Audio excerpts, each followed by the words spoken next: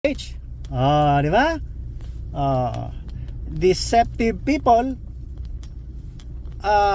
without honesty, or dishonest people without honor. San? So ngayon, ang mga sinungaling ang sakalam. Malakas ang mga sinungalers. Malakas. Okay, at least nagkaintindihan tayo. Nagle-lecture ako nito para bukas baka hindi ako magising at na-upload ko ito. Yan pala si Papa Bot. May sinabi siya. Ngayon mayroon Facebook group. May Facebook group akong ginawa. Me Ultimo Address. Me Ultimo Address. From Alpha to Omega, from the beginning to the end. Andiyan sa Facebook yan. Minsan kung saan ko lang nilalagay ang aking mga video login, mga vlog. So mayroon akong ginawa.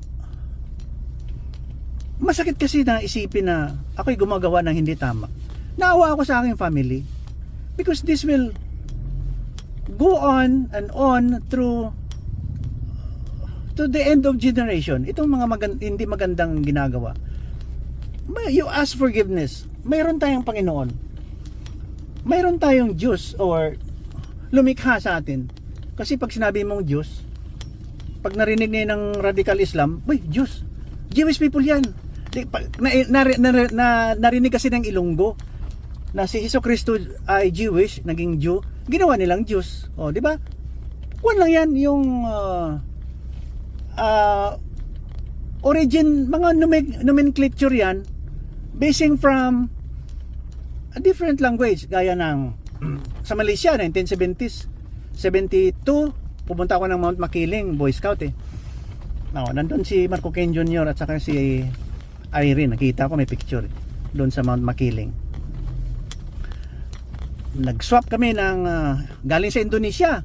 Ang kanilang pera 5, may 5 din sa atin.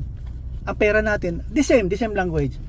Nung narinig ng Ilonggo ang political party, narinig ng Ilonggo ang political party, sabi ng Ilonggo, tikal. Alam mo kung anong tikal? Yabang. Sinungaling. Pag narinig naman ng Ilonggo yung I have a business and I'm gaining, meaning gain.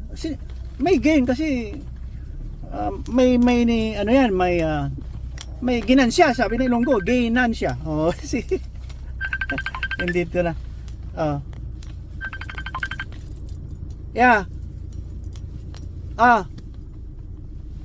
Andyan ako. Coming na. Arin ako di sa kanto.